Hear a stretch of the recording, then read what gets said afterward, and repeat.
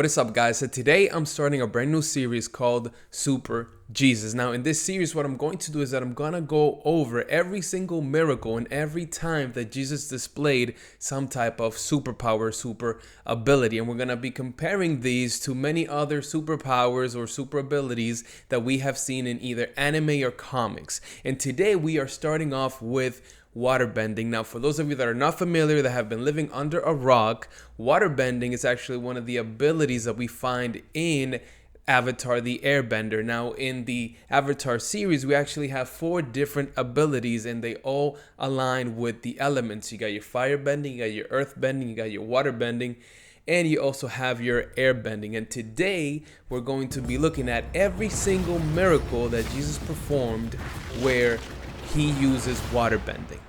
The first one here is when Jesus heals a blind man in Bethsaida. Now, one of the things that we know about water bending is that it's oftentimes used in the series for healing. Now, this story is actually kind of gross because Jesus uses his spit in order to heal this blind man. So the story goes something like this, right? This blind man is brought to Jesus.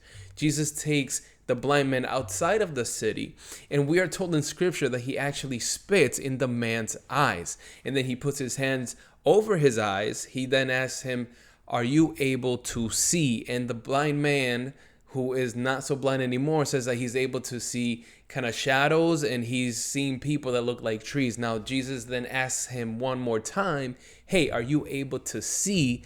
And then the man proclaims that he is healed and he is actually able to see.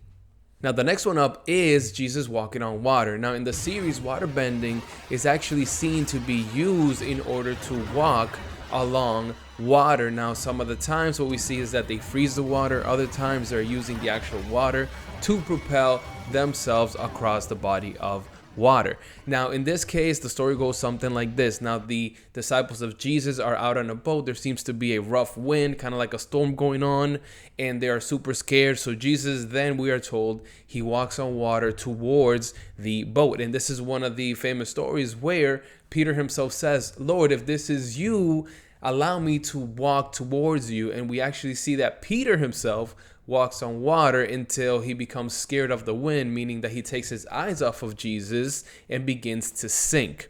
Now, in this case, we're not told if Jesus was freezing the water below him in order to walk. We don't know if he used some of the water to propel himself towards him, but what we do know is that Jesus definitely walked on water, used some water bending there.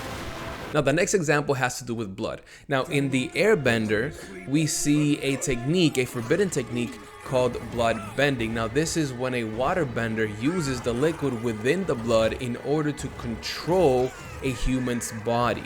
Now, in this case, this has to do with blood, and the story that I want to share with you, the miracle that we see, is the woman that is healed from having her period for 12 years. So the story goes something like this. This woman sees Jesus in the crowd. She approaches him. She touches his garments and she is healed. And what we hear from Jesus is that he says that he feels some power that has left him. And that power was what healed this woman from a flow of blood that she had been having for 12 years. So in a way, Jesus used blood bending in order to heal this woman from her sickness.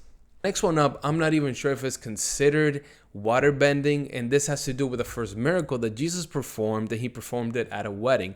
Now, what happens in this story is that the people at the wedding run out of wine, and Jesus is actually approached by his mother to fix the issue. So what Jesus does is that he turns the water into wine, and people are able to continue to drink and celebrate this marriage. Now, in this case, this is not really something that we consider water bending because you're actually turning water into something else. I mean, you could make a case that this is more like alchemy from the Full Metal Alchemist series, where you are taking something and turning it into something else. But the thing is that here you would still need the proper materials to turn this water into wine. And in this case, I think that this would be more of a standalone miracle where Jesus turns this water without anything else into wine. So there you have it, guys. These are the 4 examples, or maybe 3 examples, of water bending in the Bible where Jesus uses his power, his divinity, in order to perform different types of miracles. So I hope that you enjoyed this.